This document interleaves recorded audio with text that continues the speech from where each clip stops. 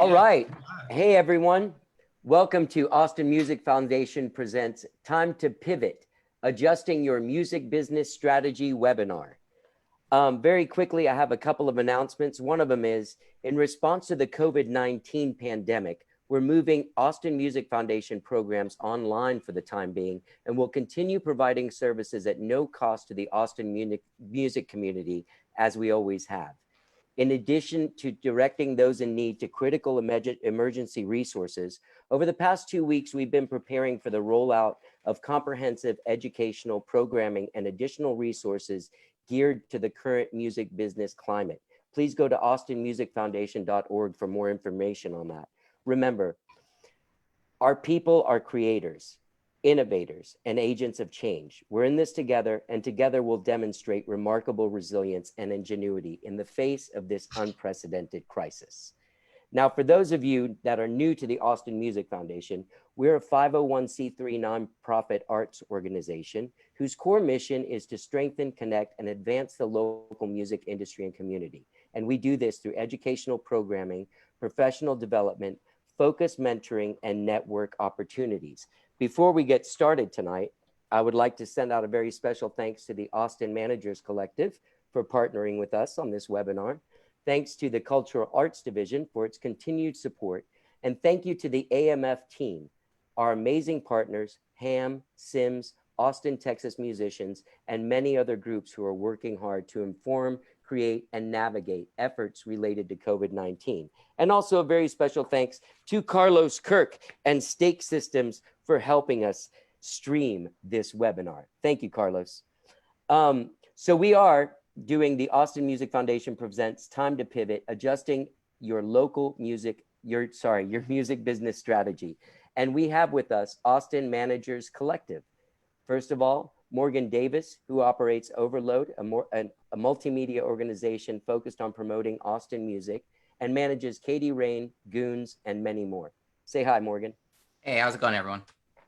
We also have Cris Flores, who is a vocalist and songwriter in her own right, has LORO management, and manages Paul Deemer, the Kraken Quartet, and many others. Of course, we have Reno Dudley from KeyzStreet, and he manages Alicia Lani. Say hello there, Reno.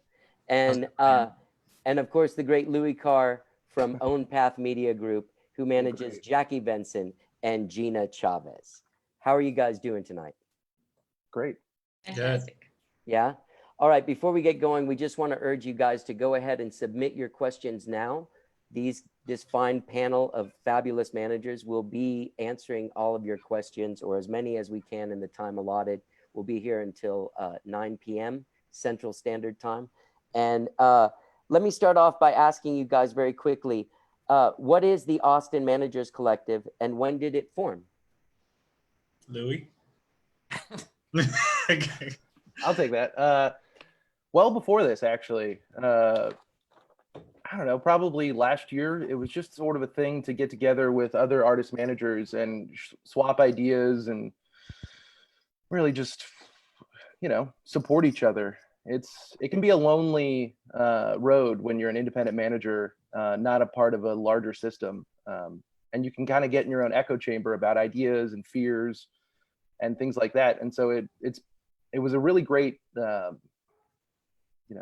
boost to my mental health to be able to sit down with like-minded artist managers and just be able to talk through problems, come up with great ideas, and just honestly, just have conversations over drinks and food. And then when all of this started happening, I realized, I've got a collection of friends that have a lot of knowledge and are really smart and can think on their feet. I mean, I think one of the biggest jobs as an independent manager is to be able to think on your feet and to be able to put out fires as they pop up, because that's inevitable as an artist manager.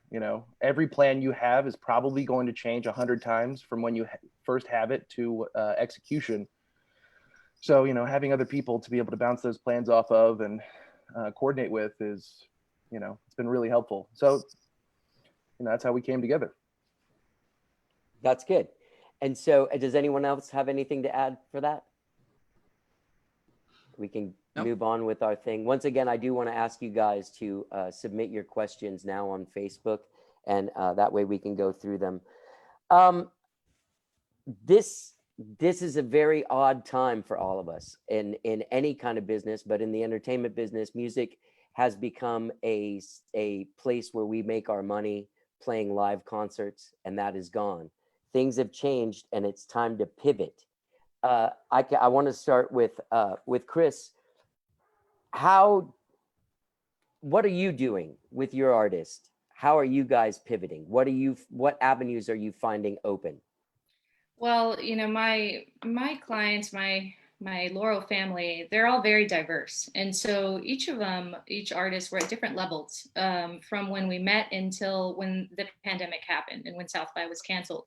So it really came down to identify which strengths each of them had and which ones we could leverage for each other. Where we have one artist that's, you know, still in the oven cooking and writing. We have another artist that could be helping produce, and we could do that remotely. I have another artist that, you know, we were already planning and thinking about merch strategies. So we had to redefine the strategy and adapt to what people want. They're not going to be buying this merch at our live shows anymore. So what's the quickest way and the most affordable way to get merch, and creative merch, not the usual shirts, but what are people needing now that they're stuck at home? And how can we brand that merch? You know, we're taking opportunities that, again, like we were already planning before with NPR Tiny Desk, you know, that's already something that's done remotely. So we just really hit the pedal on that one, and time was of the essence. Basically, with normally where we would have a short-term, mid-term, and long-term goal, a strategy already in place, we had to condense it. And we had to cram everything down to what normally would take a couple of months. We have days and now maybe weeks. So really it was just taking everything out, seeing it on a big, you know, we've got lots of whiteboards all over the place, identifying each artist's specific needs and what they can do for each other, and cramming it in and having conversations every single day. Like Louie mentioned, it's an adaptability challenge right now. And so part of also being a manager is being the cheerleader and the therapist and the provider. So really just being available for our artists is really key. That's great. Can you elaborate a little bit on some of that merch that you were talking about? Sure. So, you know, what I started asking my artists to do was to pay attention to what sponsors are coming up on their feed algorithmically. What are you seeing a lot of ads for? For me, it was a lot of, you know, comfy clothes, stay-at-home clothes, yoga. I started to pick up yoga again. A lot of folks are starting to get a little bit more health conscious and diet conscious. And so yoga gear might be something to consider that we normally wouldn't be selling at a venue, but is now available. One of our ideas for our strategy was where we're sourcing our merch from and who's printing it, and trying to keep it local, or at least in the state. So if anybody knows or is close to a retailer that their business went down, and they have the basics of basic color tees or yoga gear, anything that you can brand, they might be able to let that go at cost, or maybe even lower, so that they don't have 100% shrink on something that they've lost entirely with their business. So on the business side, I have been reaching out to retailers to see if they have any merchandise, any product that they're willing to sell at a lower rate, and then trying to find someone that can print something. So it's a lot of moving parts. It's not easy. You'll definitely, every artist who's wanting to do this is gonna need a little bit of help, but the help is out there. And there are people who are willing to support by, you know, lowering the cost of their goods so that they don't have a complete loss. Yeah, that's really brilliant. Are there, I guess the printing part of it, are there clothing printing places still open? So are there any outlets that you can recommend? No, the only ones that I've been in touch with have been locally, folks that have been working from their home or their own warehouses. Okay. And so we have to still be compliant for the safety of our community, and making sure that we are sheltering in place. So as long as those communications and those guidelines are set to where no one's having to leave or put anybody else at risk for, you know, contracting the virus, those are our staples, of course. It's going to be up to you and the artist and manager, the artist, whoever you're partnering with, on how you want to then distribute.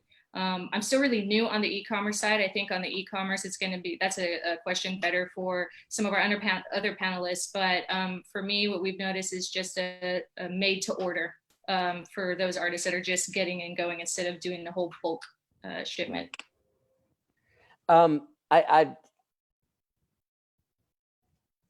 just lost my train of thought.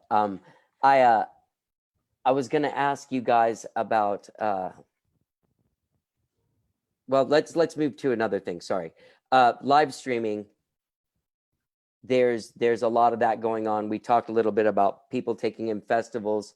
I know Jackie Benson and I have a good friendship, and I know that she was definitely prepared for this before it even happened, because she was doing so much live streaming and kind of had her thing going already. She had an avenue for that.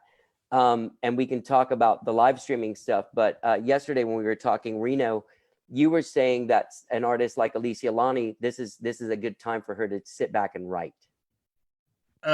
Yeah, so Alicia's been doing a lot of creating right now. Sometimes we get so far on the go where there's gig after gig and then appearance and interviews and stuff like that, where she's able to create, but it's like she's finding times, it's more she has to fill her time to create around the rest of her schedule. Right. Now it's like she has a more open schedule where Alicia is taking time throughout the day to like sit down, reflect, write, go out, sit on the porch without like the concern of thinking to herself, what songs do I want to sing at the next set? What do I want to do at this next set and everything? So she's actually purely in like a creative portion. Me and her have talked, she's has plans around the live streaming, with us. We've also said, hey, we want to do it like once a week, let them know we're still here, but, load the ammo for, whenever it's coming at the end. Luckily, we did a lot of pre-preparation in case anything decided to happen. So we were like, okay, we're stacking content, and getting more content together. And I think one thing I've even been researching for her on the other end is like, maybe we can't do the traditional music videos like we always did. So let's see what animators are, now out of work and they're looking for things to do. So now that we can do animated music videos, we can do lyric videos, we can find other ways to create content out that can kind of still get everything out there, because she was already in the session of writing her next project. And now it gives her a time to like say at the end of this, okay, I have 60 songs. Let's choose 10 from those. As opposed to I have 30 or 40 and let's choose 10 from those. And it's like a couple of them like, I like it. And it's great. And say it's like, we're choosing like 10, 12 great songs for it. Right. Well, that's a great plan. I realized what I spaced out on was this is a good time to get administrative work done. When you guys were talking about figuring out how e-commerce works, if you have songs that aren't registered, if just like the kind of menial task you kind of put off until the very last minute, until someone's like, it's due at noon or they're going to kill you or something. You know what I mean? Now is a good time to kind of chip away. You got a lot of time. You can do a little bit every day and kind of get ahead on that stuff, because we all know it's difficult for artists to sort of get that part done sometimes. And I'm speaking from my own part too. Anyway, so as far as like live streaming, Morgan, you were talking earlier about at this point that there's online festivals taking applications. You talked about one called Audio Assemble that you can find at audioassemble.com, and they're paying at least $200. What else do you know about that? And do you think there'll be more of that coming? I think we're going to see a lot more of that. I think in particular, a lot of the larger promoters that have seen festivals essentially get canceled or postponed right now are going to be looking at, well, how do we create some sort of similar experience? I think that when you look at some of the festivals that have already existed that have embraced live streaming, like Coachella, I think that they're already kind of situated to fill that gap, especially when they've already announced a postponement, to start kind of figuring out ways to involve some of the artists that were on the bill so that they're still keeping the ticket buyers happy and still keeping attention on the brand. And I think that you're going to see a lot of other platforms start looking at that as an option as well, because it's a way to keep some of the sponsors that they had involved in these festivals. Right. Well, like Louie getting something. Louie had even talked a little bit earlier about venues were even looking for content Yeah. Louie, do you want to talk a little bit about that? Sure. Yeah, you've got all of these venues across the country that went from having to do daily posts about shows coming up to literally nothing. They're just posting memes right now. So, partnering with them, partnering with venues that, maybe your artist could never fill at the moment, but you have a great home setup when it comes to audio and visual, and they need content, and they're more than happy to accommodate, and then you can make an event around that. You can make an event page, you can do ads, you can really go all out, wear stage clothes, makeup, whatever you got, and really, really push it, and it's a great opportunity to sell merch too. All right. Well, let's talk about live streaming. We can start if you don't mind starting, because Jackie was doing this before she had to pivot. She was already doing this. How often? We had just finished a 3-month, 12 episode, once a week run on Facebook. And it's been a tool in our marketing, especially tour marketing, for probably 2 years now.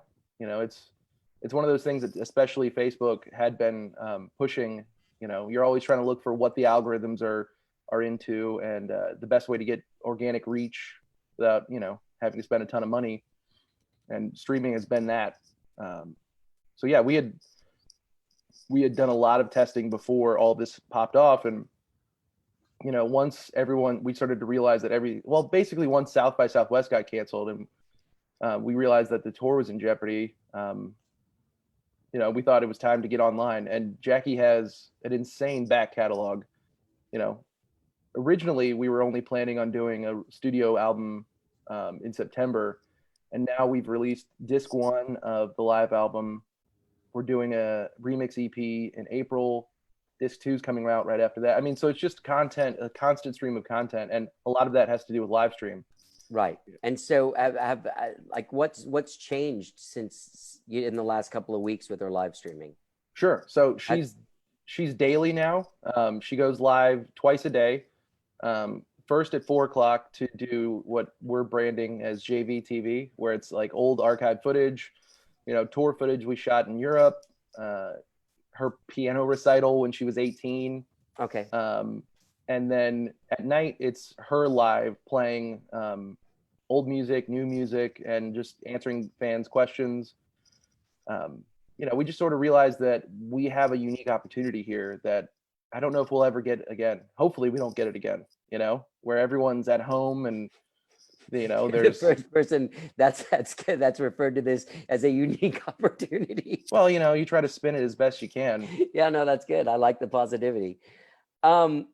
Is there any of you guys, do you want to comment? Like, I know that everyone's doing it the best that they can. A lot of people will hold up a phone. Some people have a whole setup. I saw a thing with Ray Prim where he has a great sounding guitar sound. He has a great vocal sound with a good mic going into it. Do those things make a difference? Are there places where people can find out how to do it at that sort of sonic level? Or is sort of the guerrilla style, like, here's my phone? I've seen some really Rufus Wainwright even, but even people on a local level like Jesse Dayton, who's a guy that lives here and plays very much nationally all over the place and all over the world. His are just, he puts his phone down and then he goes and sits on the couch and sings a couple songs. Miles Zuniga from Fastball, same thing. Is there, do you guys have anything to weigh in about that? It's Go ahead. Kids have been ready for this forever. Like, you look at the TikTok videos and the content that people under 18 create all the time. They have this down already. Like, there's a whole resource just right there. I mean, I don't know if anybody else has watched. If you've seen like some of the TikToks and some of just like the videos that the younger generation has been creating, like some of them, like their production is like crazy for being in their house with just their phones. There's so much. And then of course, YouTube University.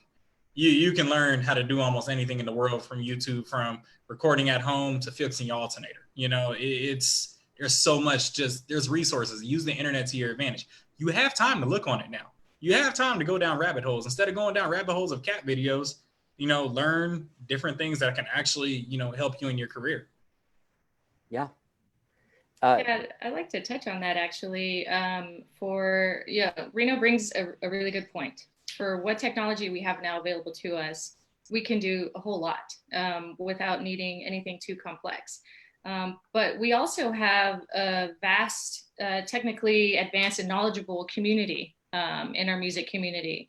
And so just there have been a couple that have helped my musicians. So Colin Shook, he has his YouTube channel, and one of our artists and our co-founder Paul Deemer has been partnering with him, and already we're seeing some improvements on what we have and what we could potentially be streaming on the Austin, Texas musician community page on Facebook. We have Lex Land that posted something on live streaming, and then Sonia Javette, she also gave some pointers, and in the comments of her posts on some of the YouTube details that Reno was talking about. So within our own community, that is not really too keen on the TikTok thing that the younger kids are doing.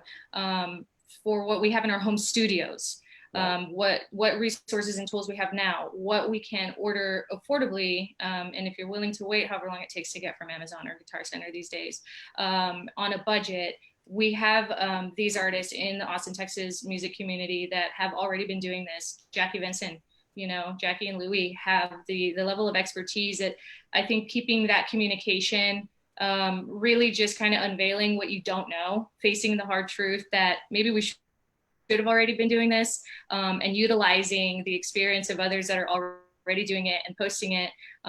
That's helped our company and our artists quite a bit.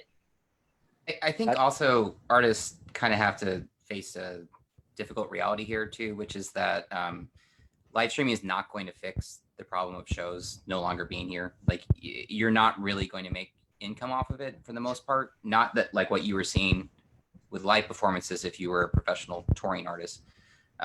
So I think that I do want to say that I think artists should be careful about not overexerting themselves on this or acquiring a bunch of gear that they don't necessarily know how to use or overthinking the approach. I think ultimately what it comes down to in the modern age is that fans want to get to know you and they want to know your personality. So there are ways to be doing live streaming that don't necessarily involve you doing full sets or, bringing out full bands or endangering yourself in ways like that. I think you can be doing things as simple as just kind of like, I have my artist Katie Rain just did a thing basically just like going through like her makeup that she does for shows and makeup tutorials, and that went over really well. And I have other artists, Goons, who are really good at like animation and video and basically doing production videos, and that's kind of what they're into, and it's got a good audience for that. So I think you kind of have to pay attention to what your wheelhouse is and look at ways that you can be doing this comfortably and not, drive yourself crazy trying to understand something that isn't necessarily a perfect fit for you. So think about who you are as an artist rather than kind of like trying to emulate, someone like Madonna's bath video or something like that, where certain things are just not going to work for everybody. So just be mindful of what works for you already and how to grow your aesthetic and brand in that without necessarily trying to recreate the wheel. Right. There, having like some artists like Jackie Venson going on every single day. There's, she's doing two different kinds of shows, but basically there's the opportunity to consume Jackie Venson a couple of times a day. That works with Jackie Venson. She's played all over Europe. She's played all over the United States. She has a fan base where if a quarter of them tune in to each thing, that's a lot of people. But what about frequency wise for other artists that may not already have that established fan base? How would you go about doing that? And also, how would you be able to grow your fan base from this at this time? Well, I think one thing that artists should be looking at right now that I would recommend is to, kind of reach out to other artists and do kind of like what we're doing right now, like watch artists talk to each other about their careers, like build some connections on that front. Like everyone right now, they've got a lot of time to talk and everyone is, feeling similar anxieties. So, I think people would connect with watching two artists talk about that and talk about how they're dealing with it, talk about each other's art, and then you can build off each other's fan bases that way. And you're not necessarily trying to just put a bunch of stuff out there when it's so cluttered and there's so much distraction going on as is. You know, and we're not going to see any changes to that. It's the same thing with like, it just is it's unrelated, but it's still a relevant example. When Bandcamp did their thing last week, waiving their artist fees, half the time if you went to try to buy anything from artists on Bandcamp, the servers were so overloaded that you couldn't even access the material. You couldn't even buy stuff, which goes to show how many artists right now are just trying to get material out there, trying to get that stuff promoted, trying to capture attention, trying to capture lost dollars. Everyone's in the same boat. We're all essentially competing with everyone everywhere right now, because it's not like this is just Austin that's affected by this. Yeah, and a lot of people that used to have the money to spend on going to the shows and on buying merch and stuff also don't have money anymore.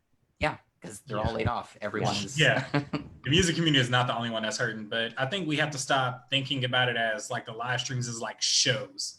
You're more your channels now, your TV. Like Jackie Vince can be doing a live stream and all her fan base is watching, but it's not like a show where it's like, okay, I actually have to be here. If I go to the bathroom, I'm gonna miss something. If I want to eat, I'm gonna miss something. Like I can be cooking dinner while Jackie Vince is on the live stream on my TV. I can be doing my homework while Jackie Vince is on the live stream on my TV. I could be doing my work from home while Katie Rain's on live. You know, there's different things that you may even just be like the background. So if you keep it fresh and keep it different, even to what, you know, he was saying, like, you look at Action Bronson, who, is he a name musically you think of right off the top of your head? No, but dude was a mastermind at like using his cooking talent to like continue to build his brand. Like that's what he did. Before Fuck That's Delicious, there was Action Bronson on YouTube and on Facebook Live just cooking different things up in his house. Right. And, you know, you have to look at those type of models and like the people who are looking at this model and already saying, okay, how are we building off this model? People now have the opportunity to learn more about you as a personality instead of the 10 seconds we can talk to you after a show before somebody else grabs you and stuff like that. You know, you have time to like sit there and like see these artists for who they are. You get to see the goofiness of Jackie, who aside from being like a bomb guitar player, like she's hilarious. Yeah, and so you kind of get to like see more of that, you know. It's just, you have to think that you're now giving people a way more intimate look at yourself. Right. That was something I wanted to talk to on the merch front too, that we didn't get a chance to earlier, is that I think this is also a good opportunity for artists to think about doing personalized things. So I do a lot of coverage in the comics world, and a big thing that has supplemented artists' income in comics has been doing commissions, doing specific like drawings or illustrations for people. I think right now is a perfect time for artists to think about that with their fans, like, you know, offer up writing a personal song for a fan or doing a cover specifically for a fan. And you can put high dollar amounts on that. When we did a Kickstarter for Katie for her vinyl, one of the tiers that was up there was that she will write a song for you if you kicked in, you know, I think it was like $100 or $200 or whatever it was. And we sold every tier that was on that. And that's a really easy thing for an artist to do to fulfill stuff for people, and you can get more from it. Yeah. And it also means a lot to someone, because if you do that, they're going to be with you for life. You know? Right. I have an example of that from just today, Morgan. Edie Brickell and New Bohemians are doing that. Like you tell them something and they write a song about your name or whatever you told them. And they did it for the guy that works on my guitars. And like his post was like, it was like literally the greatest thing that ever happened to him. Yeah, exactly. Yeah, no post about it. And I mean, it doesn't always have to be a song. I think that there's all kinds of things that you can do on that, even if it's just sending them like a letter or starting like, you know, a fan mail club or anything like that. Like, think of ways that you can forge those personal connections now that we're all kind of bound together. Right. You know, there's another example is a tune in tune on Instagram that I just kind of discovered while being on in quarantine, and it's Joaquin and Fabian. I believe the local artist is Joaquin McHale, and they write tunes about your pet. And then he partnered with a visual artist, and they do a cartoon with the music, and it's tune in tune on Instagram. And I don't really know these guys. I mean, maybe I do in the community somehow, but it really just lightened and brightened up my day when I saw it. And I thought, what a great way to get some revenue, that I think that if we just partner outside of the music community, and also just like Morgan was saying, where you can get some commission work to assist and keep the musician creative. Also, it keeps you writing. One of our artists is doing socks. We're going to be looking at socks. He's known for having wacky socks, right? And that's a thing. Everybody knows that's what he wears, and so why not personalize them? Exactly. A friend of mine he has 2 kids. One's like 4 and the other one's like 2. And he's there quarantined with his kids, and he's a singer-songwriter. And so he does a sing-along children's show every day at 2 that has really taken fire. There's a lot of money in children's music that artists should probably be looking at. A good example from Austin is Matt Puckett, who won a Grammy for his work on children's music. So a lot of people don't think about that, but now's a good time to do that. Saul Paul too. What's that? Yep. Saul Paul too. Yeah, Saul Paul. Yeah, Overlord. They all like MC Ovrld. Yeah. Yeah. Big Don. mhm. Yeah. Are there any other sort of like pivoting ideas you guys have? Because this is good. Like switching around. Is there, Cris? Do you have anything else to add? Reno? There's an artist I know. His name is Q Moore, and he actually does essentially songrams for your significant other. And so like he's been promoting those, and people buy those for the, because I mean, at the end of the day, you're stuck inside for somebody for like 2-3 weeks on end, all day, every day. So friction sometimes happens. So yeah, you can't get flowers right now. Yeah, it creates a market on its own. So sometimes people want to say I'm sorry. Sometimes people just want to send something just to say hey, I'm thinking about you. Because some of us do still have to go out. There are the essential employees. There's the HEB employees and things like that. Who, right. You can do different things just to show your appreciation for the people who are still on the front lines out there. While everybody else is socially distanced. Yeah. Yep. I also don't know who I saw doing. I want to say it was Mohawk, but it was a venue. But I think artists might want to consider doing this too. Is essentially selling a ticket to a future show of your choice. So, because eventually we're going to be able to play concerts theoretically. It's out. Far out. Thank you. I was like, I knew it was a local venue. But basically just like, for whatever amount, like you get to come to a show of your choice. And I think there was like some other goodies involved with it. Yeah, that's the golden ticket. Yes. Thank you. Yeah. Lawrence Boone, I think, Lawrence Boone, at least from what I saw on the post, is promoting the golden ticket. And it's just what Morgan said. You buy your ticket in advance for shows for whenever things get back to some kind of normal.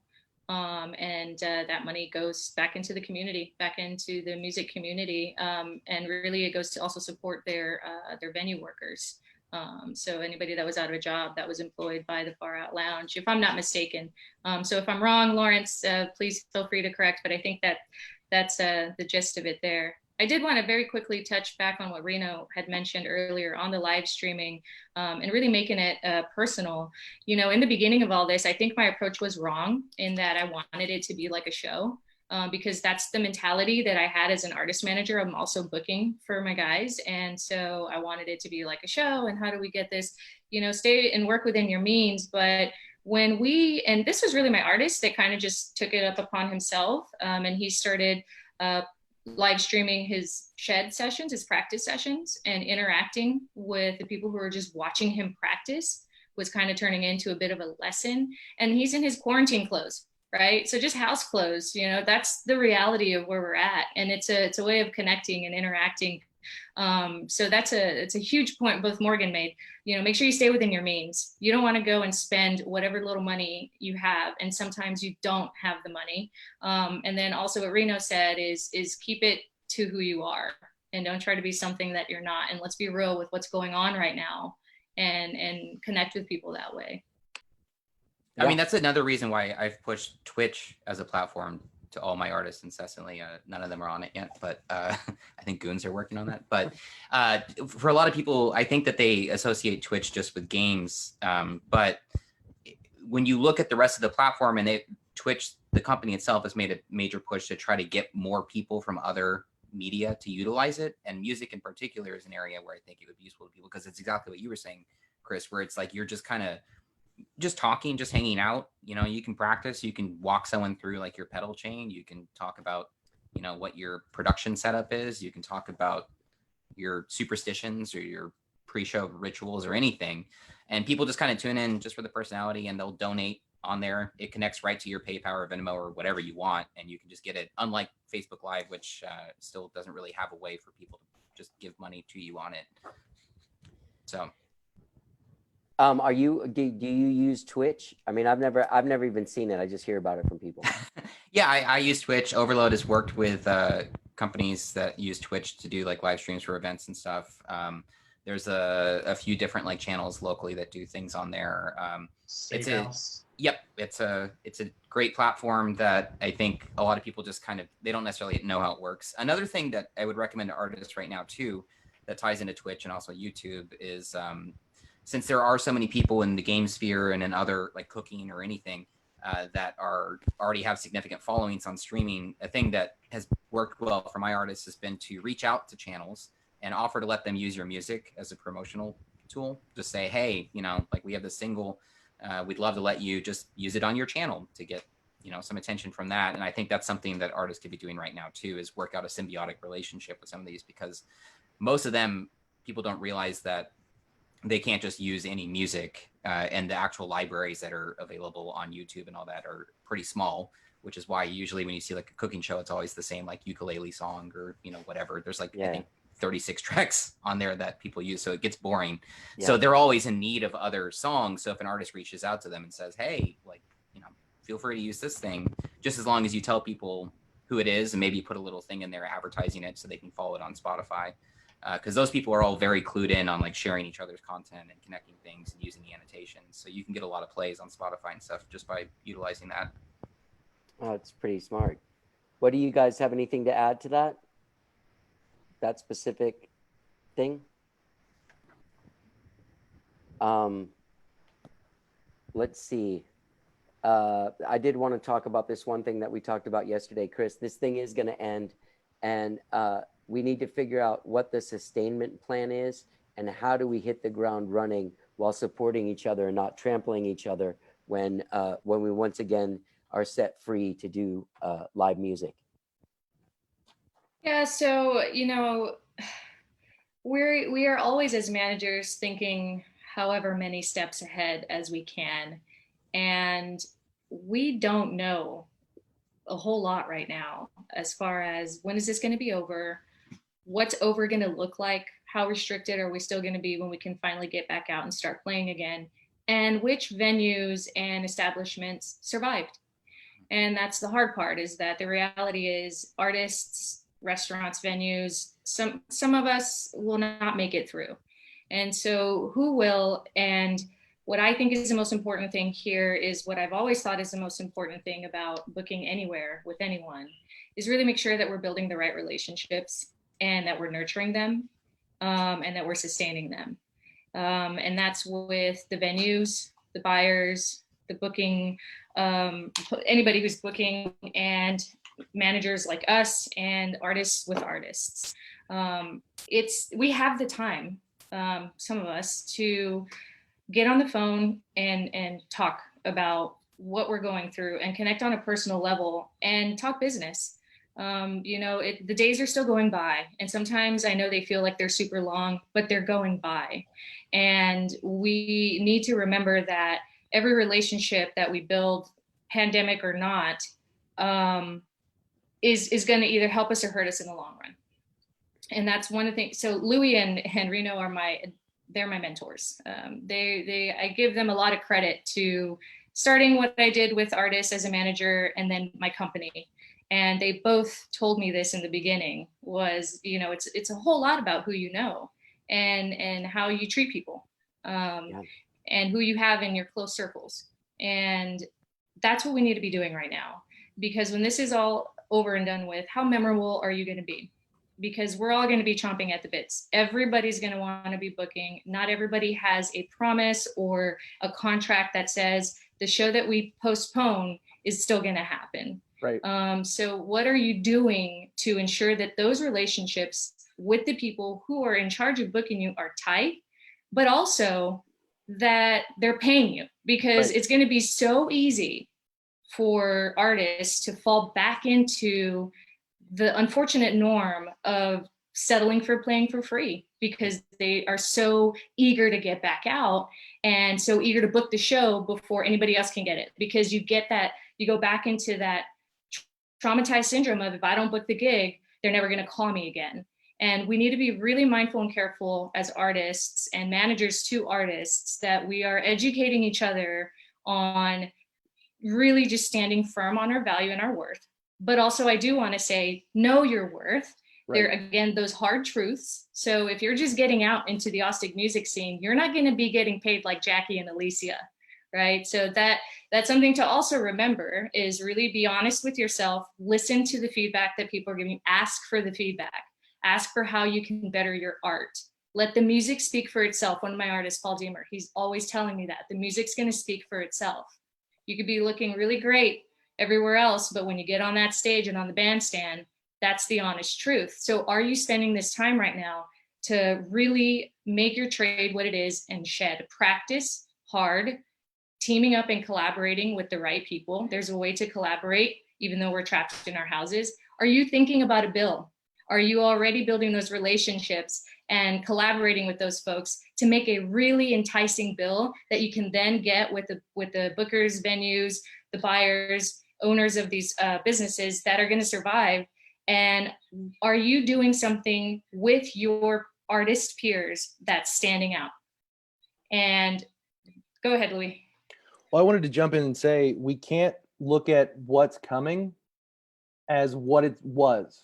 Like, there are going to be venues that are closed. There's going to be there's going to be different opportunities, but I think a lot of traditional routes are going to be closed, at least at the beginning. There's going to be a ramp up. It's not going to go immediately back to what we had. So there's going to have to be ingenuity and creativity. You're going to see more off the beaten path concerts, I think, because it's not going to be, I don't think government officials are going to open up 400, 500, 1,000 cap venues right off the bat. You know, I think it's going to be like 50, 100, 150. So you're going to have to, like Cris was saying, figure out who you're playing with, where it makes sense to play.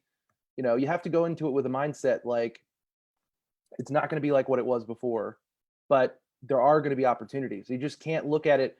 You can't be rooted in any one idea. You know, you have to be like fluid with what's to come, because I think there's going to be a gradual progression. Like I think new venues are going to pop up. I think there's going to be a demand. I think people are going to want to get out, but it's going to be a gradual build instead of a spike back to what we were at before. Yeah, I have this. I mean, this might come across the wrong way to some people, but I think I think there's been a precarious situation in Austin music for a long time. I think that there's been an oversaturation. I think in some ways there's been too much supply and not enough demand, and everything has been undervalued. I also think that we're seeing how precarious the situation was with most of our venues being concentrated in one small area. And I hope that with whatever happens, because like everyone's saying, that there are going to be venues that are not going to come out of this. There's going to be entire promotional entities that are not going to come out of it, entire music companies that are just not going to come out. Right. And I think that whatever happens after that, we as a community need to be smarter, and we need to put more value, as Cris said, on what it is that we're doing. So if Louie's correct in like what comes back and that it's smaller shows at first, I think that we need to reevaluate the $5 cover. I think 100%. that we need to get audiences trained on actually putting a value on music, because the other thing too is that everyone's going to be coming out of this. They've all been cooped up. They're going to be especially demanding entertainment. And I think at that point we need to be like, you know, like what we provide you in other cities, people are paying $15, $20, $25. At least. Yeah, exactly. Because my dad, every time he comes here, is always surprised, because he's like, you know, $5 is what I was paying in 1974 to go see shows in Myrtle Beach. How is that still the cover that people are paying? Yeah, we have to set that standard. And, you know, this is a clean slate. We can redefine what that looks like. I was speaking to Nick Reno, he's you know, with Austin, Texas musicians. And today we really connected on that level of, we have a clean slate. We are starting at square one. We can define what that looks like. And we have to be working together, both artists and venues. Well, and I think also a lot of us that manage artists, you know, we've dealt with the situation of, like you said, artists are always worried about not getting another show. They're worried about being shut out if they ask for things. And I think we've all been in that position where we've had to educate artists on, when you actually put a value on yourself, you're going to get better opportunities. You're not going to lose stuff. It's that people are going to see that you're serious.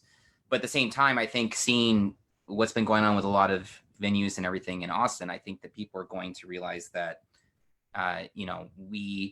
we've let ourselves be taken advantage of a lot. And I think that one of the things that I saw instantaneously when the South by Fall happened was there were a lot of venues that were expecting artists to continue to not continue to play for free, even though South by wasn't actually happening anymore, and it shouldn't have been the same rules. And then those were the same places that would hit you up after asking you to help get word out about their GoFundMes or everything for their costs. And it's just like, there's some give and take that has to happen here. And I think that artists in Austin, because so many people are willing to jump on stuff for free, a lot of the successful musicians here have to leave because they're competing with people who don't put any value on what it is that they do. And that's a problem. Right.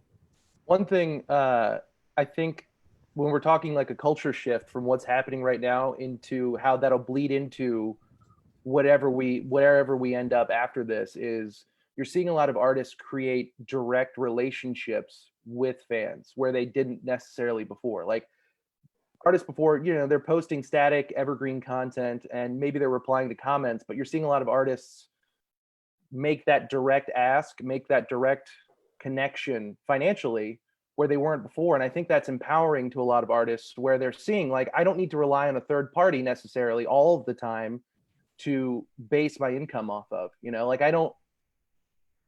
I think there's going to be opportunity. And I think a lot of smart artists and artist managers are going to see the opportunity where I can sell tickets directly. Like I could rent a venue, I could find a small venue, I could rent a PA, and the overhead pales in comparison to the profit margin that you're looking at if you're controlling it. Or, you're coming to the table, with that more promoter mentality of like, I'm going to share some of the costs, but I'm also going to share a larger part of the profit, and then a part of it, especially from the artist side, maybe this is a second to reevaluate how you approach shows before too. I think all of us here did a great job of marketing and creating unique graphics and marketing materials, but I don't know if that's always been the case for a lot of Austin artists. So really taking this as a moment to say, like, you need to set your value, but you also need to bring it, if that makes sense. Like you need to have your stuff together with marketing materials, ad mat.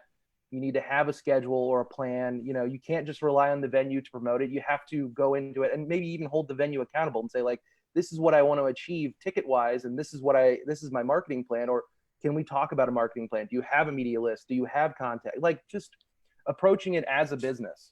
Well, and making it an actual event too, because right. The saturation thing goes both ways, because artists are also often, before they get to a certain stage, they're guilty of oversaturating the market with their own shows. Like you'll see artists 100%. do 4 shows in 1 week and then wonder why no one's at any of those shows. Right. Rather than one show in a month that has, their entire 50-person draw, which is going to make everyone happier. But, so I think that now that everyone is kind of having to deal with this and create events and stand out, I'm hoping that, as you say, artists will kind of learn that they have to make it an actual promotion and they have to actually put some resources on it and work with people that are on the same level as them on that front of actually making it an event. Right. Because this is a business. I mean, at the end of the day, we're creating art, but this is a business. And if you want to be a full-time musician, you have to look at it at least, in a significant way as a business. How am I doing everything that I can to make this business successful, Well, yeah, and it goes back to what Johnny was saying I think maybe even before we even started this, I think when we were just talking before we went live, but you were talking about people actually going and doing their paperwork, getting on a PRO, actually making sure that they're collecting royalties on that. Because so many artists that I know or have worked with, like, don't take that stuff seriously. They'll put stuff out without having it registered. They won't have term sheets agreed to with collaborators. They'll put stuff out and not realize how much money they're leaving out there, how vulnerable they're making themselves to theft or misuse or anything. And, I think that this is a thing where hopefully artists will start realizing now that they're having to rely more on these digital streams, that I do need to have this stuff in order, because otherwise I'm not protecting myself and I'm not making as much income as I could. now is a terrific time to get your digital house in order too. Like, Yes. is your bio from 15 years ago? You Right, know, right, like right. how old is your website? You know, not just going through and making sure you have everything in order is crucial. And coming out of the gates with everything in order, I think could really put you ahead of a lot of people. And also making budgets, you know, making a real Yes. marketing budget, you know. Timelines. Yeah. Planning releases so that you're not just putting stuff out like 3 days after Right. you've made it. Another thing too, I think is a lot of artists underestimate like Bandcamp. That's the thing that I think a lot more people should be utilizing. I think people don't realize that they have an editorial arm that's always desperate for content. Right. They've been a key ally in what's been going on right now. They were one of the first companies to respond and actually do something to help artists. And ultimately, you want your stuff to be available on every possible platform anyway, because you don't know what someone's preferred platform is. So why force people to go through different channels? Like you should just have your stuff on every single possible thing within reason, so that they can just get it more easily. But since Bandcamp is one of the last places that actually has a digital media platform that actually cares about independent artists and not just top 40 artists, I always urge people to just get on there and use it. And it has like fan club things. People can subscribe to you. You can sell your merch through it. Like, please get on there. It's a great company. That's good. Thank you, guys. I think we're into the time where we're going to try and take some questions from some of our viewers out there. Would you guys recommend that we have one question that is, do you have concerns over the new live streaming becoming oversaturated, or do you think this will become more popular? And how can artists stand out on a live stream? We talked about that a bit, but do you think it's becoming oversaturated? Do you think this is once again, there's too much supply and not enough demand? Yeah, I think, I mean, the reality is just that anyone can be an artist now. Anyone can put anything up at any point. There's no barrier to entry. And live streaming is its own form of art in a way. So if you're an artist, you're already entering an oversaturated marketplace where there are already so many people that are streaming, and they're streaming everything, like, you know, them crying in cars, or people doing reviews of fast food, or like any of that. Like it's all out there. So you're already entering an oversaturated market. Right. So but you kind of have to use every tool that's at your disposal. If it works for you, great, keep working on it. If Right. it's not really working and you feel frustrated by it and you've tried everything that you can, then move on and find something else to focus on. One thing about that too with the live streaming is don't compare yourself. Like, if you're getting 30 people watching you live, that's a great house concert. That's fantastic. You know, you don't have to have DJ Mel's like insane 5,000 people watching, you know? Yeah, we didn't even talk about him because he just kind of blew everyone out of the water. He just, you know, he just went nuts. And that's amazing. He just filled an arena. Well, But like getting 30 people to watch consistently for 45 minutes, that's fantastic. You'll get some merch sales. You'll get that engagement. You know, my other artist, Gina Chavez, she's been going live just about every night, and her numbers from a reach standpoint have blown up, you know, and from a mental health standpoint, it's been great for her. You know, she was saying, not to talk out of class, but, you know, she was saying like, she was just like found herself like pacing the house, like, you know, snacking, like just grazing. Yeah. And as soon as she started going live more, it sort of like lifted a little bit of that weight off of her, and, you know, being able to connect with people she hadn't seen in years, and being able to play the music that she was supposed to play on a significant tour that was supposed to start yesterday. Like, from a mental health standpoint, you know, you just have to keep it in perspective, I think. I think also, like, to Chris's point and Reno's point, in order to stand out on live stream is be yourself and go within yourself and find the best, most creative and personable sort of presentation you can make, right? That's basically the main. Use the tools you have. Like, for instance, on Facebook, if Alicia goes live and she invites Jackie into the stream and then they're live together, it will literally say Alicia Lani is now live with Jackie Vincent. At that moment, people are going to be like, I wonder what's going on there. Or that, you know, Katie Rain is live with Paul Deemer. It's like two different fan bases are like, that's an interesting combination. Let me see what they're talking about. Let me see what's going on. So, because the internet right now is kind of like one random movie I watched was like Ralph Breaks the Internet, and there's a scene where like he's walking through a search engine and like everybody's like yelling at him like, hey, over here, over here, over here. Yeah. That's literally what live streaming is right now. So you have to find your ways to make yourself like that thing that people are like, huh, that's interesting. It's not just Alicia, it's not just Jackie. It's like Alicia and Jackie, like, man, it's not just chocolate. It's not just peanut butter. It's chocolate and peanut butter. You know, so then people are more apt to go in and check things out. So use all the different things to make it stand out from like the normal, just, hey, I'm going live, y'all. Yeah, Reno actually just mentioned two really good examples of how you can live stream. So Jackie and Alicia, they hang for real. Like they are for real friends. So people will see that, and it's kind of like an inside look on your favorite artists, like hanging out and jamming out. But then he mentions Katie and Deemer, and they don't know each other. But that's another interesting take on, you know, of what we can see that we normally really wouldn't see, you know, something we wouldn't think about. We're working on that with our artists. We're reconnecting and connecting with those that they've already worked with that we know is a success and they're really close already. They're good friends. And then artists that the genres don't even really go, but what the hell? Why not? It's already happening. Like JoJo went live the other day with Tori Kelly and they sang the song from Prince of Egypt together. And it was crazy, you know. That's like awesome. Yeah, you know, so good. And another question we had on that same sort of live streaming subject is it better to go live on a Facebook page or create an event and go live in the event page? Depends on who you are. Yeah. Yeah, that depends. Yeah. Depends on You your gotta following. really, look at your fan base and your following. I mean, you could see your metrics. The data is going to tell you where you got to go. Now, if you're trying to be like, if you're trying to experiment and try something new, I'll just say this. Now is kind of a weird time. When I tried to look and see at the activity of my artists from before the pandemic, I was able to target and see, okay, on this platform at this time of day, this is probably the best time to be doing this. After the pandemic, once everybody was quarantined, that looks like all kinds of wonky. I mean, everybody's up at weird hours or at home when they're normally not. And so it's a tough time to try something new when in this regard.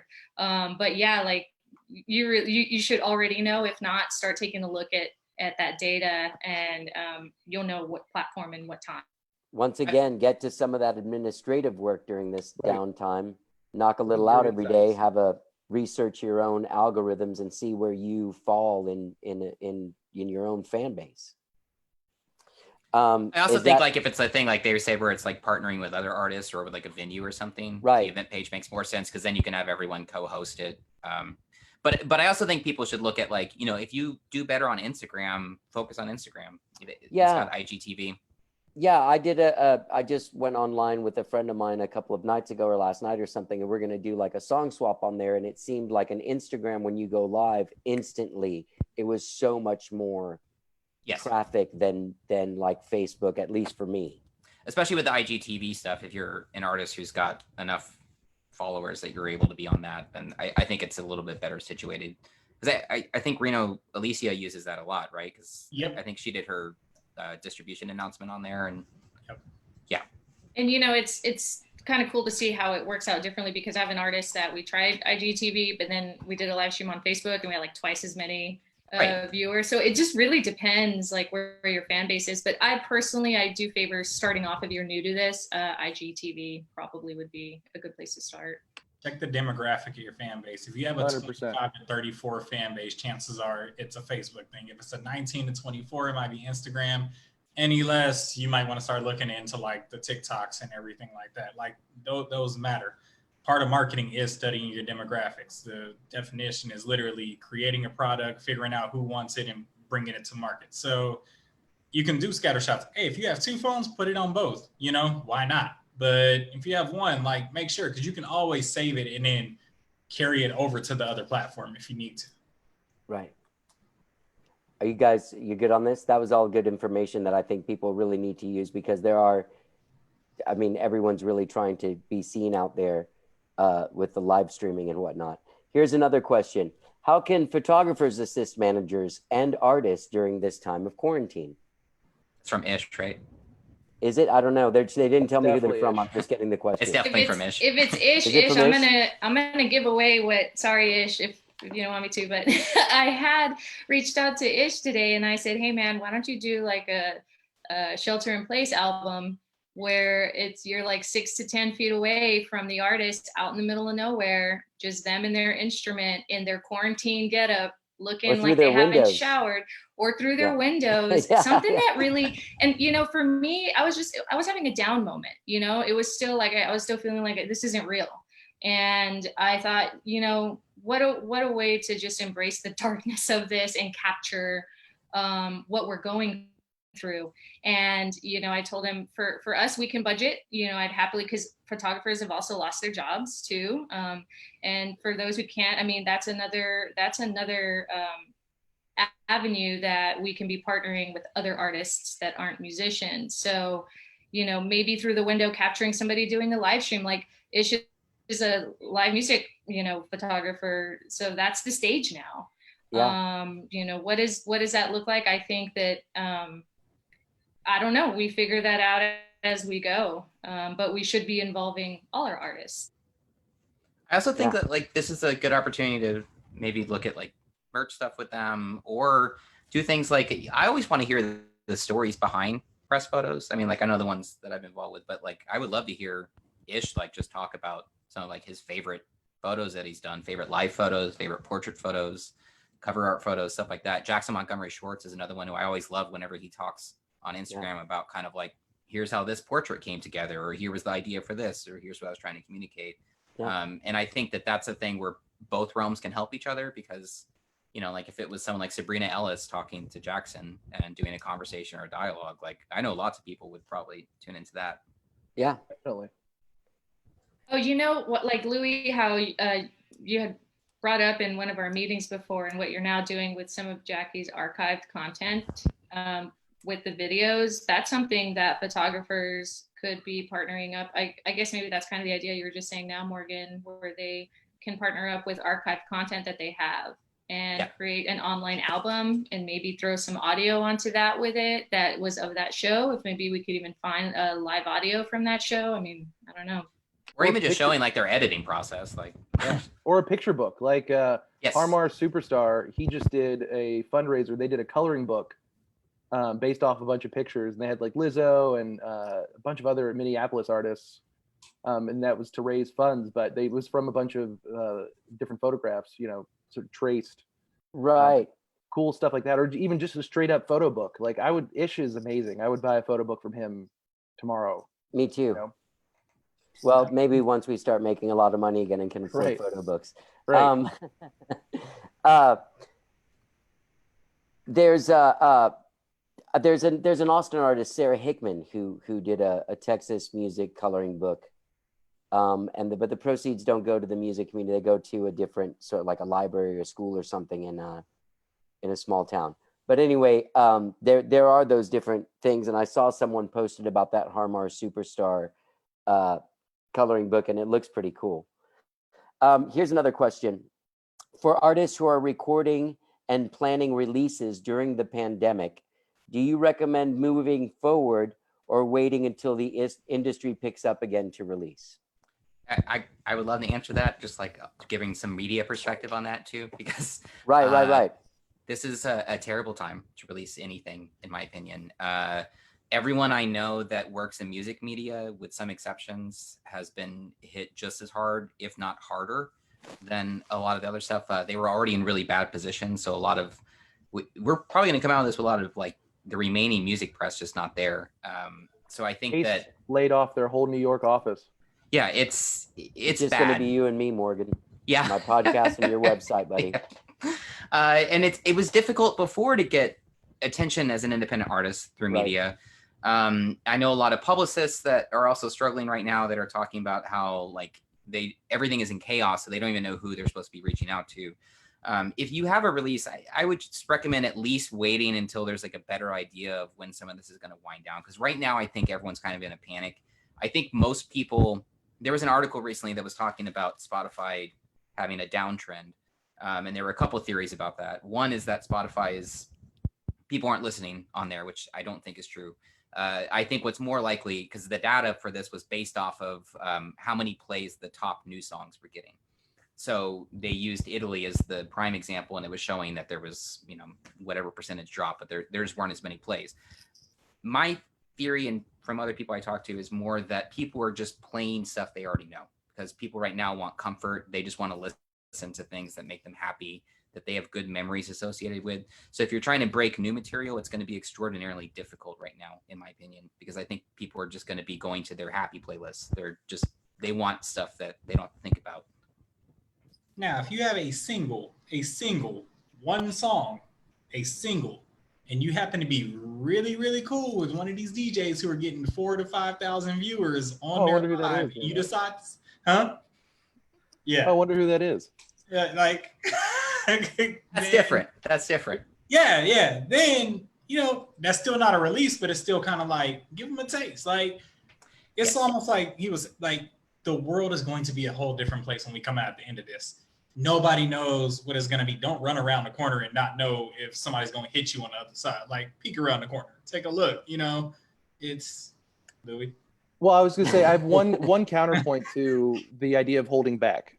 For Gina, we have this huge media opportunity. So like, it's almost like the, mystery DJ, where we're going to release around that. And with Jackie, we're lucky in a sense that we built a bigger audience on Facebook over these last few months.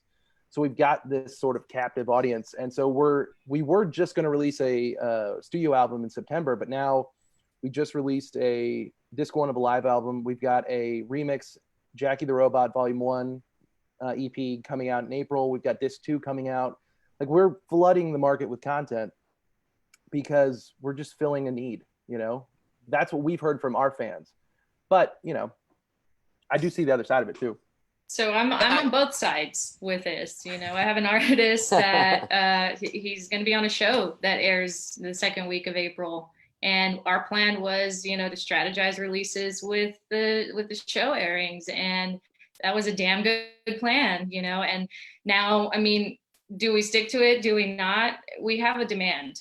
And then also we have artists that they're just coming in. They're just coming into the scene. And we should probably wait because the demand's not there. Right. So just to both of y'all's point, if you've got the demand and you're out of control, we are out of control of when the show airs. The show's going to air, right? You might as well go for it. They're going to develop a bigger fan base. We should jump on that and strike while the iron's hot. And then you have our other artists that, they're just new to the game. And if I just feel I can see the failure in that, to what Morgan was speaking to. So the answer is like a lot of those stuff. It's like, sit down with your team, look at your people, get with somebody like me, Max, Cris, like, we can help you take a look at it and say, okay, cool. Is this a good opportunity or is it not? There are some businesses right now, they're moving full speed ahead with everything they're doing. There are other businesses who are saying, man, we have to wait this out. It's not the same for everybody. There's no like overarching umbrella golden answer. It's just, if you have a great marketing opportunity, if you already had that buzz generated around your release and everything, of course, put it out. Like, there's no reason to like waste all the marketing that you've already put into it for what? Sure. But on the other end, if like the fan base is in there and everything, take this time to like build your fan base and everything so that when the world returns to its whatever form it's going to be in, you've kind of already done that. And I think exit planning is one thing that people probably want to start doing, is like, okay, we're planning for during this, but are we planning for the exit of it? Right. Well, I think also just like ultimately it comes down to the thing of like, you should be strategizing your releases no matter what. So like, if you already have a plan, if you already have an opportunity, like obviously go through with that. But for people who are just like, I just recorded this thing in February and I just want to put it out there, like, probably don't. Right. Like, you should already have a 3-month plan at the very least for any release that you're doing anyway, which is the thing that I think a lot of artists don't think about. And so I think for a lot of artists right now, since they don't have shows, they have this impulse to just release something. And I think that is an impulse that you should probably keep in check unless you have something that is going to make that stand out from a heavily crowded marketplace right now. Well, Yeah. on that note, I would say that I don't know if you guys saw Shiny Ribs released Stay at Home, a single. Did you see that? Yeah, I saw that. And Jeff Klein from My Jerusalem on a different note has kind of put out a bunch of his like old demos and recordings he never released and stuff. Some of those are very specific to now. Some of those would be kind of viewed as like, oh, I'm dumping this stuff I already did. It's not doing anything. Here's some new content. Do you want to buy it? And that kind of thing. Do you think that stuff is unique enough and sort of unto itself that it would warrant being released? Yeah. Well, I think it kind of depends on your market for it. Like if you're trying to get press coverage, I don't think that's going to happen. If you're, if you're looking at Spotify, it's probably not going to happen. But if you have a dedicated fan base, like let's say you have a fan club on Bandcamp that is already paying you a certain amount of money every month anyway, then you should go ahead and give them some things and absolutely capitalize on that. Right. Yeah. I Sorry, wanted to just real quickly go back to what Reno had brought up earlier, how he had Alicia stacked already with content before this. And that's very, very helpful now. And so if an artist isn't already stacked, do it now before any releases. Get that content now. Because, if you're going to release without being prepared like that, and he's a thinking ahead kind of planner, then it's just going to be a lot of rework. Yes.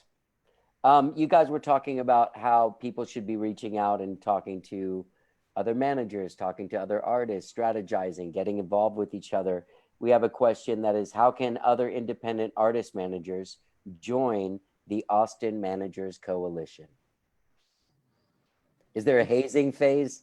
Yeah, it's so funny that it's even a thing to join, like I know. There's Kool-Aid. Right, yeah. Which one of you has the paddle? Louie. Louie. Oh my God. I'll say this to that. We have a Facebook group, the Island of Misfit Managers. Really, you do?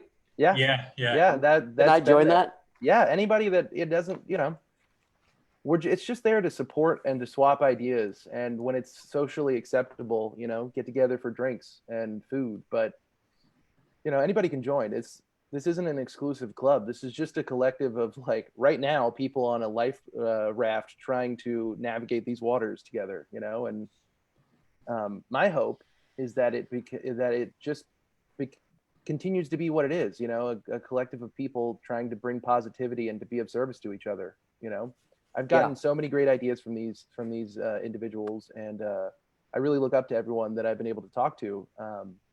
And I've been able to lean, and for my mental health, just checking in, just being able to say, like, hey, how's everybody doing? This is how I'm doing. That's been huge. I will attest to that. You called me last week on the phone to just be like, hey, how you doing? What are you doing? What's happening? How you doing? Is there anything else you guys want to touch on this before we move to another question? I would say just reach out to other managers. I mean, back when me and Louie first started connecting like 2-3 years ago, I remember like me and Louie first sat down at like Nukes or something like that. And we just randomly just got together and we're just like, all right, cool. Let's just start hanging out. And like, we'll call each other randomly. Like, I think Louie's gotten calls from me at 1 a.m. like, hey, I got this idea. I just want to talk to you about it real quick. Just let me know if it's stupid or not. Right. And then like, we'll call for 5 minutes and then hang up. Like, and vice versa. And it's just, it's good to have. Like, you need like-minded people. If you're just around managers and artists, they tend to think differently. You have like a creative side. It's kind of like, I hate to keep doing pop culture, but it's like Mad Men. You have your creative side, you have your account side. Right. Your mind just works at different wavelengths. So sometimes you need people who think like you do and kind of have that same wavelength to kind of like bounce things off of, because you're going to see it a different way. The same way as like, I can have conversations with Alicia all day, but the conversations that Alicia can have with Jackie, there are conversations I just can't have with her. I can't tell her what it feels like to be on stage. I'm not on stage. I'm off to the side, probably chasing somebody down for tonight's payment. Like, and Louie will understand that part, so there's different things that, so I say, if you know another person who's managing an artist, just reach out to them. Of course, reach out to us. We love to all get together, but I say, build the network. Yeah, we learn from each other, but it's also really nice when I've reached out to both Louie and Reno and just been like, I don't know this thing. There's this thing I don't know. And they're like, I don't know either. Yeah. We don't know either. Yeah. we got to figure this shit out together. Yeah. And so, you know, when you get your minds together, the problem solving in that time just really condenses down. But also some of my favorite things about this collective or the Island Misfit Managers is, man, you can just chill and vent and talk about what it's like to be a manager without feeling like you're hurting your artist's feelings, because sometimes we're not trying to be mean or anything, but it's just we're business, right? We got to get things done. So that's been really good for me. Well, there's also a thing I think that happens with artists that it takes a while for you to be able to step outside of yourself and look at yourself objectively. You know what I mean? Oh, yeah. And I think that when you do have a manager that's able to do that for you, you really get the best out of it. I just dropped the link to the group in the comments. Multitasking, that's what managers do. So anybody wants I'm texting my artist to stop texting me. Yeah, Jackie's been pinging me. She thinks it's funny. So hi, Jackie. I'm actually surprised I don't have family on here going like, I'm watching you. We have another question would be, and this is a merch question. Would you guys recommend artists put their merch designs on platforms like Teespring?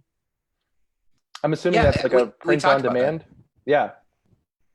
Yeah, we talked about that before we had this. We were, I think, probably just at one of our regular hangouts, or maybe one of the conference calls, but we were just saying that right now, print on demand stuff is a good way because for a lot of artists, especially right now when your tour income is gone, print on demand takes away you actually having to put forth the capital to get t-shirts, or it also allows you to kind of go back to what Cris was saying about like diversifying your merch. You can try out other things on there and see how it sells, you know, like, you know, I think that I always, like, my artists are probably tired of me talking about this, but I always recommend that they do USB drives for people during South by or things like that. You can put your logo on it, or you can put whatever art you want on it. Because any conference or South by type event that you go to, one of the only things that everyone actually wants is a flash drive. So it's great because no one wants a CD. At South by, everyone remembers the streets are always littered with mixtapes, and but you don't. I literally like drives. Almost broke my leg slipping like it was ice on a patch of mixtapes. Glory days. Yeah, like 3 South bys ago, I was like, ah, and I just did a flip. Yeah. So many CD producers lost so much money when South by got canceled. Like, oh, I know. It was an extinction event for them. But there's cool things you can do with flash drives now, because I worked with an artist, Adam Protexer, who did a tape cassette USB drive. So it had a little fold-out thing on it. It was great. It was wonderful. We were able to sell those for like a good amount. So they're not always just the little ones. You can do them on wood. You can do them as bottle openers.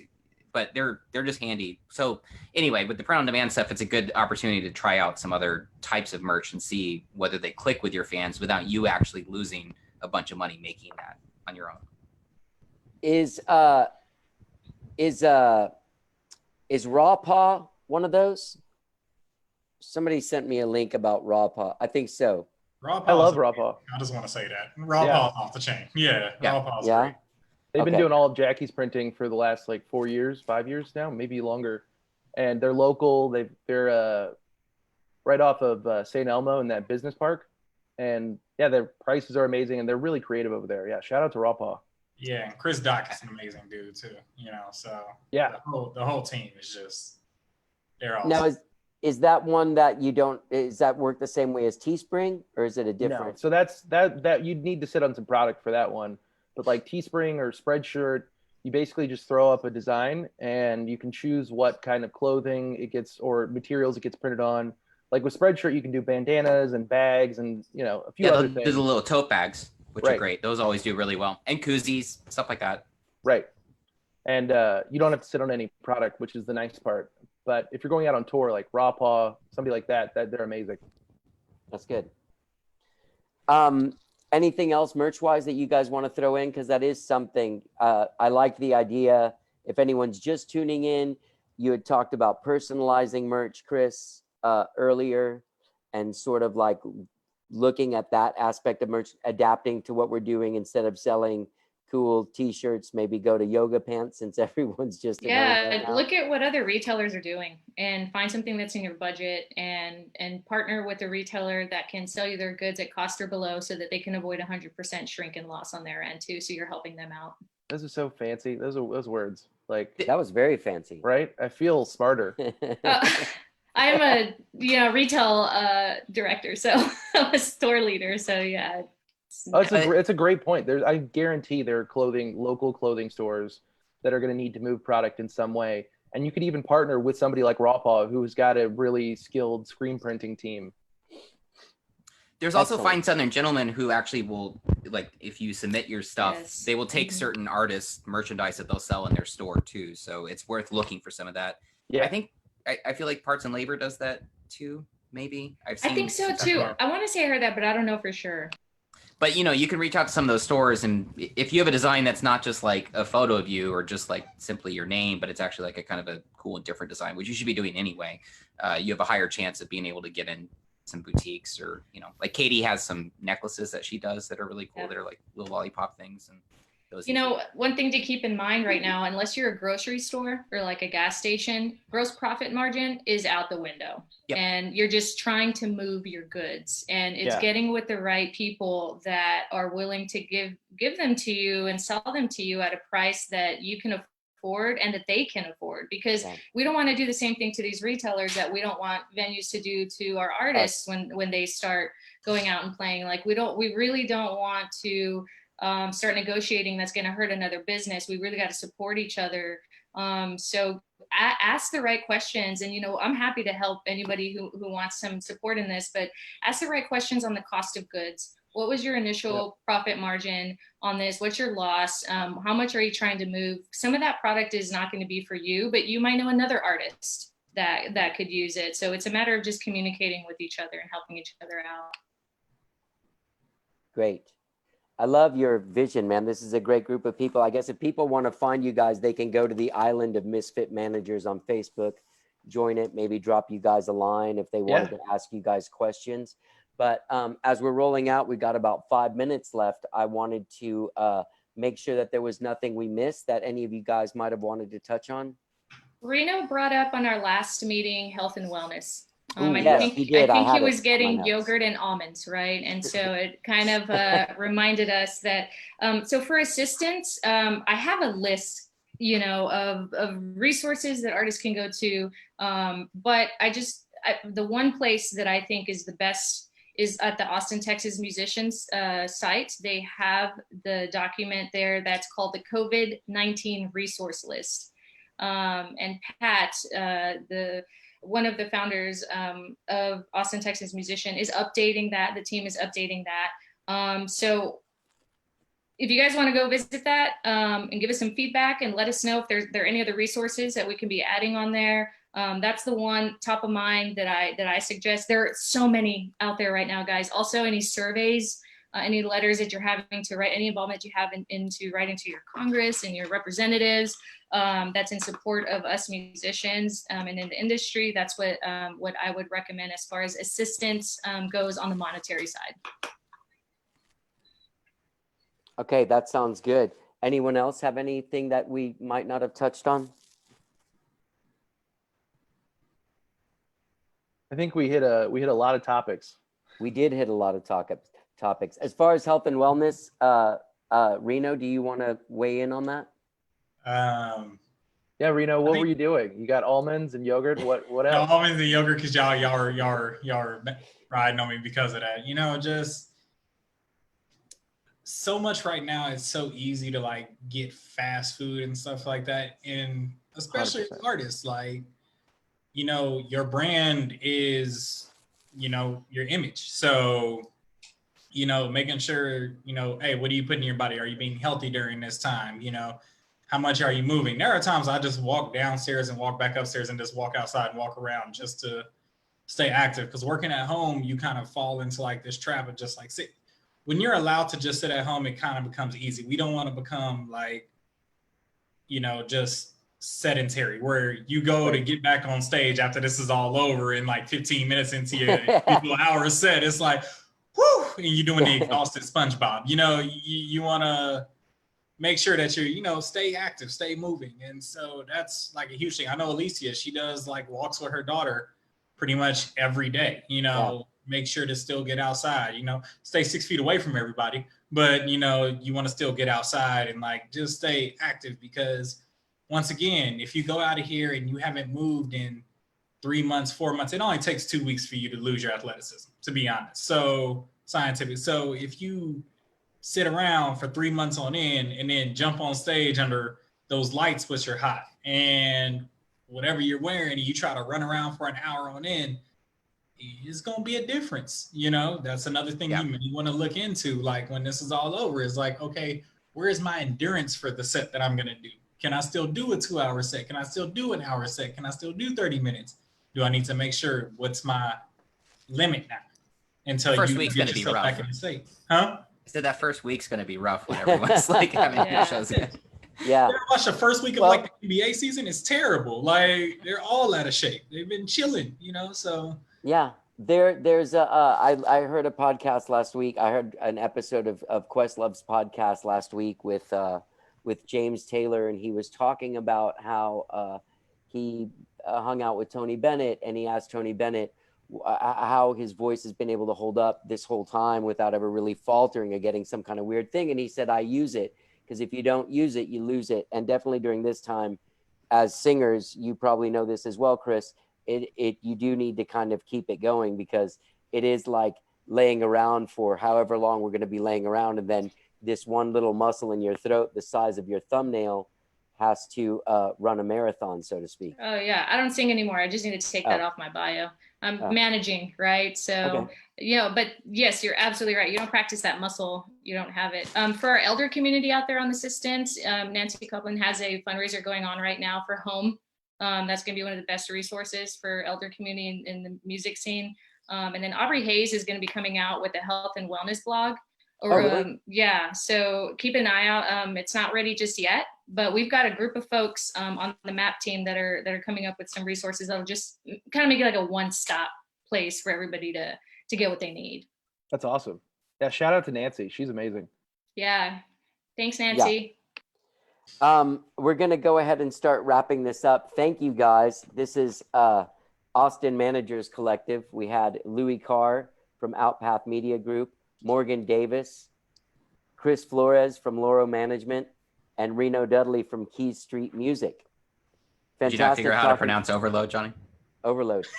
Oh, shit. I'm sorry. No, I said it earlier. I'm just giving you a hard time. Sorry, man. I'm trying to read my own notes. Look at it. It's all crazy. Anyway, we also want to once again thank everybody. We want to thank all of you guys for doing this today. And we also want to be sure that we thank the Austin Managers Collective for partnering with us. Thanks to the Cultural Arts Division for its continued support. Thank you to the Austin Music Foundation team, our amazing nonprofit partners, HAM, Sims, Austin, Texas Musicians, which we talked about today, which you can find at austintexasmusicians.org, and the many other groups who are working hard to inform, create, and navigate efforts related to COVID-19. Also, we would like to spend a very special thanks to Carlos Kirk and Stake Systems for helping us stream this webinar. Streak Systems. Streak Systems. Sorry, what am I doing? He's not selling steaks. Sorry. Streak Systems. Sorry, I left the R in my quick writing. I left it out. Thank you so much, Carlos, for all of your work.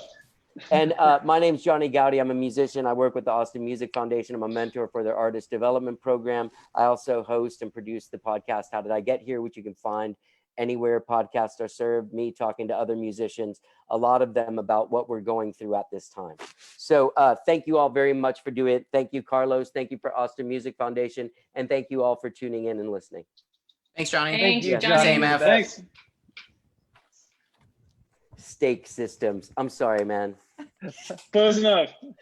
Dude, seriously, they're insane, my notes. And they're crazy. I was just writing